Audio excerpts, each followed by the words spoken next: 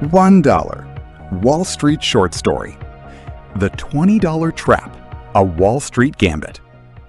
There are only two ways to make a buck in this world. 1. Use your brain to grind. 2. Weaponize your brain to dismantle the guy sitting across from you. New York City, Wall Street. You've got two MBA hotshots practically at each other's throats over a measly $20 bill. You're probably thinking, are these geniuses brain dead? They're spending $50 just to win 20. But what they didn't realize was the lethal psychology hidden behind that bill. It was about to flip their entire world upside down. Two young guns ready to sacrifice everything just to win. Do they actually come out on top? Or does that $20 bill get the last laugh? Buckle up, because we're diving into the most chaotic, high-stakes auction of their careers. New York City. Skyscrapers piercing the clouds while the people below scurry like ants in a rat race.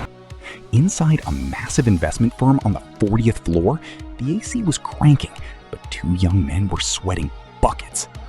Meet Alex and Brad. These two were Ivy League sharks in training, fresh out of elite business schools and waiting to cash in on those six-figure salaries. Sitting across from them was the firm's senior executive, Mr. Sterling. Sterling was an old-school predator, a silverback who had survived every market crash and bull run the street had thrown at him. Slowly, he reached into his pocket and pulled out a crisp, sharp $20 bill. He slapped it onto the mahogany table. It wasn't a colorful rupee note with Gandhi's face. It was cold, hard American cash, where Andrew Jackson stares you down with a scowl that says he knows exactly how much you're willing to lose. Sterling leaned back, a predator's glint in his eyes. All right, boys, interviews are over. Now, let's play a little game. I'm putting this $20 bill up for auction. Highest bidder takes the cash. Simple as that. Alex and Brad traded looks. That's it, they thought. All this build-up for a $20 flip? But then, Sterling dropped the hammer. There's one catch, Sterling added, his voice dropping an octave. The runner-up, the second highest bidder, must pay me their final bid in full. And in return, they get absolutely nothing. We start the bidding for this $20 bill at $1. Alex suppressed a smirk. Has the old man lost his mind? He's literally giving away money. Brad was already running the numbers. If Alex bids $1, I'll go $2. If he folds, I walk away with an $18 profit. He's competitive, sure, but let's see how far he pushes it. Floor is open, Sterling announced. Alex, $1. A cocky grin plastered on his face. Brad, without missing a beat, $2. I'm not leaving an $18 profit on the table. Alex, $5. Brad, $10. The room went dead quiet. The hum of the AC felt deafening. Sterling just sat there, a silent observer of the chaos he'd just unleashed. On the mahogany table, the $20 bill fluttered slightly in the vent's draft, as if mocking them. Alex, $15. Brad, $18. The heat in the room spiked. Bidding $18 to get $20 still felt like a win. That's a $2 profit. Easy money. Alex, $19. Brad froze. He started doing the frantic mental math of a man staring at a cliff. If I bid $20, I don't make a dime, but I don't lose a dime either. But if I fold now, I have to hand Sterling my last bid of $18 for nothing. That's a pure $18 loss. Better to hit the break-even point. Brad, $20. That's when the trap snapped shut. Alex was sitting at $19. If he walked away now, he'd have to write a check for $19 and get $0 in return. Sterling leaned forward, poking the fire. Think about it, Alex. You bail now, you're down $19. But if you bid $21, you might actually win that $20 bill.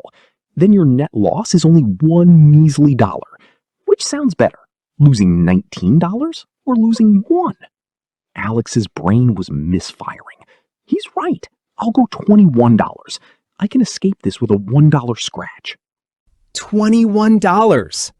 Now it was Brad's turn to feel the floor drop. He was stuck at $20. Folding meant a $20 loss. Bidding $22 meant he might get out with only a $2 hit. Brad thought to himself, this guy is bidding $21 for a $20 bill. Is he the lunatic? Or am I the lunatic for being about to bid $22 just to save my own skin? Brad, $22. And just like that, the auction went nuclear. $25, $30, $40. The security guard outside peeked through the glass, his jaw dropping. Are these guys really bidding $40 for a 20? Is there a microchip hidden in that bill or something? He wondered. But there was no chip. There was no secret.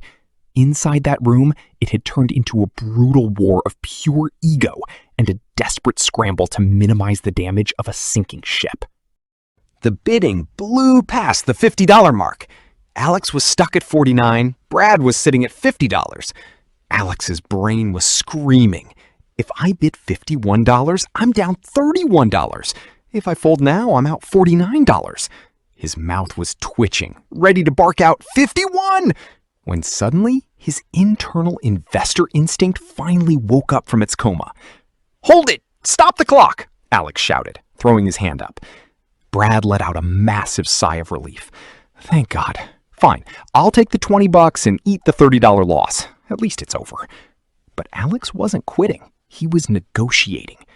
Brad, look at the math, man. If you pay $50 for a 20, you lose $30. I lose $49. That means Mr. Sterling walks away with a $79 profit while we both get slaughtered. Why the hell are we destroying each other just to line his pockets? Sterling just smirked, leaning back in his leather chair. Brad looked confused. So what? Those are the rules of the game, Alex. What else are we supposed to do? Alex laughed, a cold, sharp sound.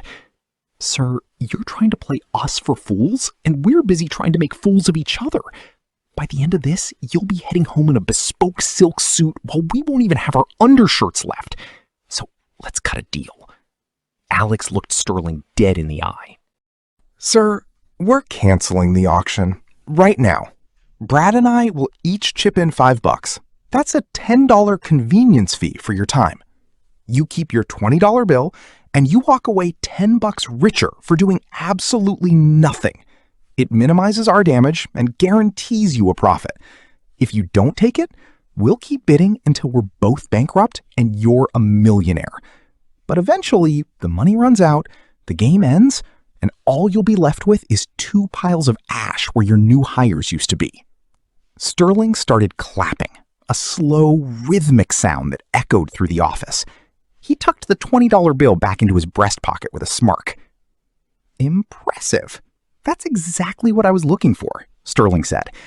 Out there on the street, too many people fall into the sunk cost fallacy, throwing good money after bad just because they've already invested too much to quit. They let their ego drive them right off a cliff. He stood up and paced the room. You two just demonstrated the 3 pillars of survival. Cut your losses. You need to know when to walk away without letting pride get in the way. Co-opetition. Sometimes shaking hands with your rival is the only way you both come out on top. Don't play a rigged game. If the rules are designed to destroy you, you don't play by them. You change them. Sterling looked at them both. Consider yourselves hired. See you both at 8 a.m. sharp tomorrow. But don't think I forgot about that $10. Pay up before you leave. Alex and Brad shared a grin and shook hands.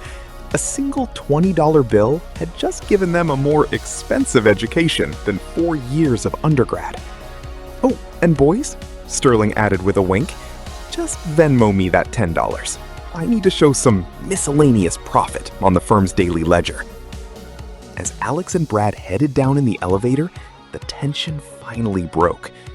Man, Alex said, shaking his head, if we'd kept going up to $1,000, Sterling would be sitting at a high-end steakhouse tonight ordering Wagyu, and we'd be outside on the sidewalk asking for spare change.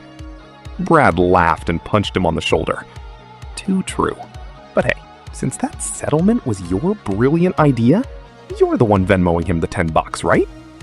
In your dreams, Brad. Split it or I'm calling HR. They walked out into the neon glow of Times Square, still chirping at each other. Back on the 40th floor, that $20 bill sat safely in Sterling's pocket, waiting for the next pair of hotshots to try their luck. It didn't just teach them a life-altering lesson, it also scored Sterling a free coffee, thanks to that $10 fine. So, what do you guys think? Would you have fallen for a trap like this? Or would you have seen the strings attached? If you enjoyed this Wall Street showdown, smash that like button and do it as fast as Sterling pulls a 20 out of his pocket. For more business deep dives, psychological hacks, and wild stories from the corporate jungle, make sure to hit subscribe. And don't forget to ring that bell icon so you never miss out on our next investment in your feed. If you were in Alex's shoes, would you have negotiated a ceasefire? Or would you have dropped $100 just to win a $20 bill out of pure spite? Drop your genius strategies in the comments below. Remember, the person who knows how to cut their losses is the one who ultimately sees the biggest gains. To survive the Shark Tank, you have to know when to swim away. See you in the next high-stakes story. Thanks for watching. Peace.